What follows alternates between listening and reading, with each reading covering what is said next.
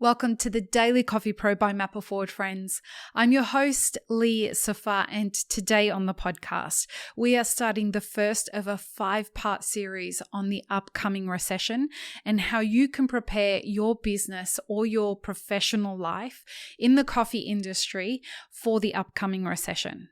It's not a question of whether the recession is going to happen, it's a matter of when, and when it happens, how severe it's going to be.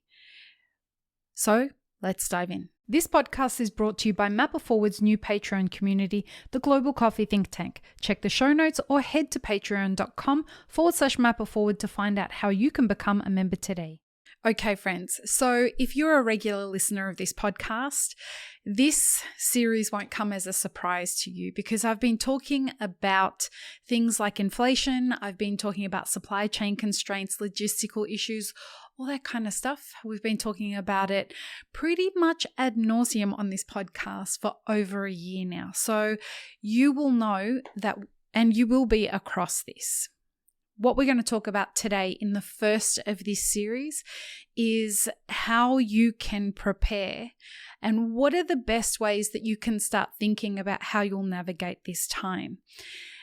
In short, the best way to do that is while other people are reacting to what's coming, you will be looking for the opportunities. Well, I invite you to consider looking for the opportunities. And the best place to find those opportunities is to solve problems for people. And we have said that before on this podcast many times, and it is what we have been working with one-on-one consulting clients and in the mastermind groups. That is what we have been focusing on for the past few years now. But particularly when it comes to preparing for this recession, we have been focusing on how we prepare businesses that when the recession does finally hit, they are well prepared to look for problems that they can solve and monetize those problems to help them create the hedging that's required for the business that they're going to lose. So what do I mean by that? What I anticipate is going to happen as we continue in what is a very inflationary environment. That is, the price of everything is going up.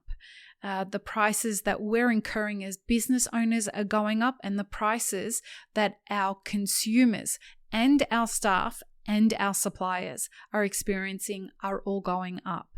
So the cost of labor, the cost of goods, the cost of energy requirements, etc., is going up. Now, in that environment, consumer behavior is going to continue to change much as it has in the past few years as consumers have adapted their coffee consuming habits to changing circumstances. We found people during the pandemic adapting to drinking coffee at home, and they went out and bought different coffee equipment. They started buying more roasted coffee because they couldn't head to cafes, etc. When the recession hits, you're going to find consumer behavior change again. We are already seeing that across clients, across people that are friends of mine in the industry. Everybody is reporting that this month, well, actually in April, not in May, but in April, they started to see that direct-to-consumer retail sales have gone down. What that means is that consumers are already becoming alerted to the fact that a recession is on the way and they have to figure out how to save some money. One thing you're definitely going to see is customers who frequent cafes are going to start thinking twice and 3 times about consuming that second cup that they might come in and get, either in the only visit or in a second visit for the day. So if I'm price sensitive as a consumer, and I usually come once in the morning and once in the afternoon to have a coffee, I'm probably going to think twice about that second visit. If I'm sitting in a cafe and I'm having a meeting with somebody, and I am price sensitive, I'm probably going to think twice about ordering that second cup in that meeting. So these are things that you need to prepare for and start looking for ways to hedge, which is protect your bet to balance your income on something that if the first thing doesn't happen, you've got something else waiting to protect you against the losses on this side. So if you're going to lose in cups of coffee that you're going to be selling, what have you got that's hedging your business to cover up for those losses?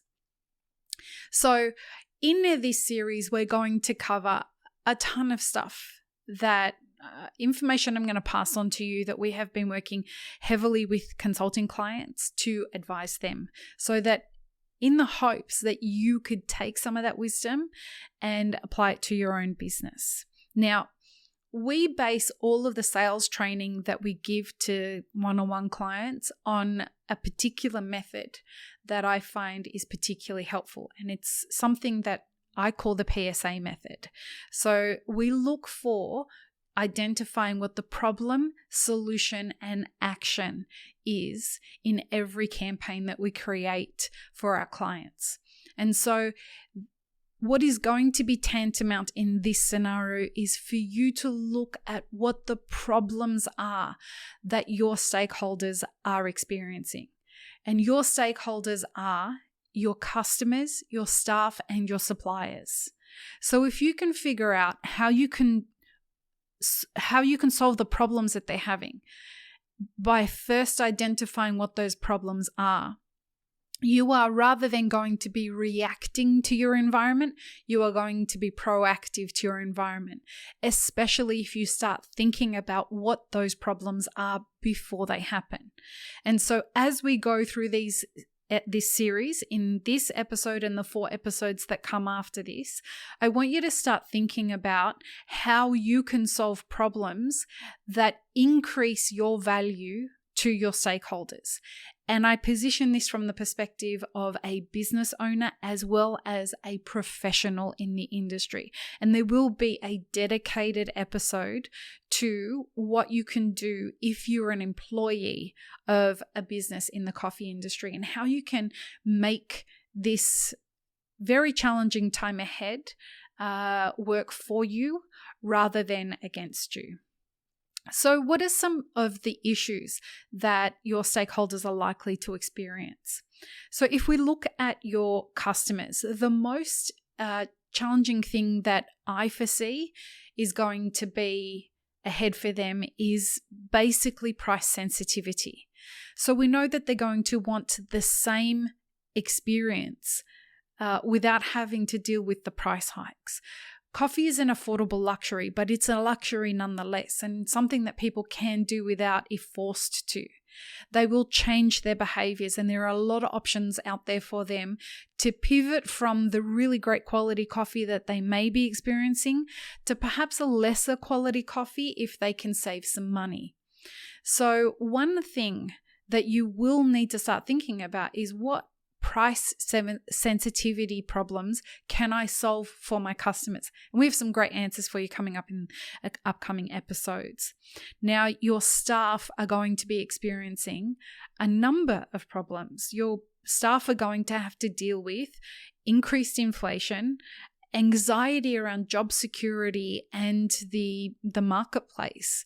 If the business they're working in doesn't know how to navigate this time ahead, job security is going to be something that brings them a lot of anxiety. The next problem they're going to be experiencing is the fact that after a couple of years of serious stress, they're going to be exhausted, as I'm sure all business owners are as well.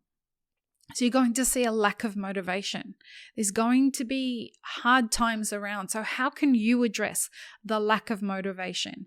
And just a tip there, create a really great environment that's not all about rah-rah positivity. It needs to be about real functional hope, and you will find that hope in helping your customers and your suppliers solve problems.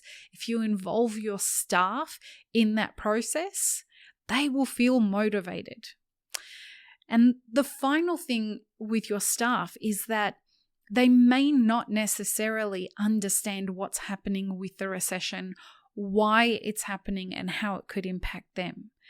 Helping them feel empowered with information during that time is going to be something that gives them a reason to stay with you.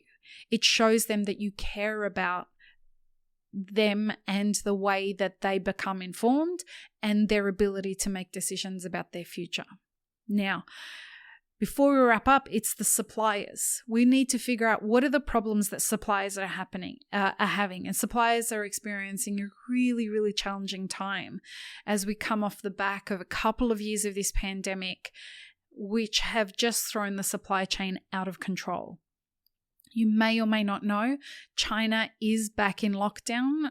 The majority of the country is back in lockdown. Major cities, Beijing is not yet back in lockdown. Shanghai is absolutely in lockdown.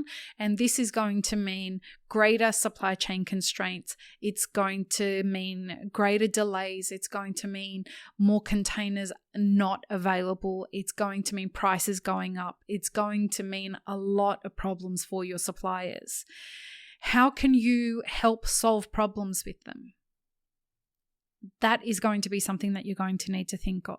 They're going to experience delays. How can you work together to navigate those challenges without losing business and without losing them as a supplier, if that's something that you want to hold on to? Now, the prices are going to go up. They are going to have a really challenging time passing those price increases on, worrying about whether they're going to lose you as a customer. Reach out to them, have a conversation with them before it happens, let them know where you stand so that you can open the lines of communication and really be upfront about each other's positions. And the other thing that they're going to be experiencing as a challenge is the labor shortages. There's a huge labor shortage out there, and suppliers are steeply experiencing that at the moment. The price, actually, there's one that I missed. The price of energy is going up, and the price of diesel is going up much more than the price of regular gas or petrol. And so that, for companies that are running trucks, is going to put a greater burden on their ability to be profitable. So this is just kicking off the series. I hope that you enjoyed this episode. Stay tuned. We've got lots to talk about. Peace, love, and peanut butter. Have an amazing rest of your day. Thanks, friends. If you enjoyed this video, here's what you should check out next. Consider supporting Map It Forward on Patreon, and be sure to subscribe and hit the notification bell before you leave.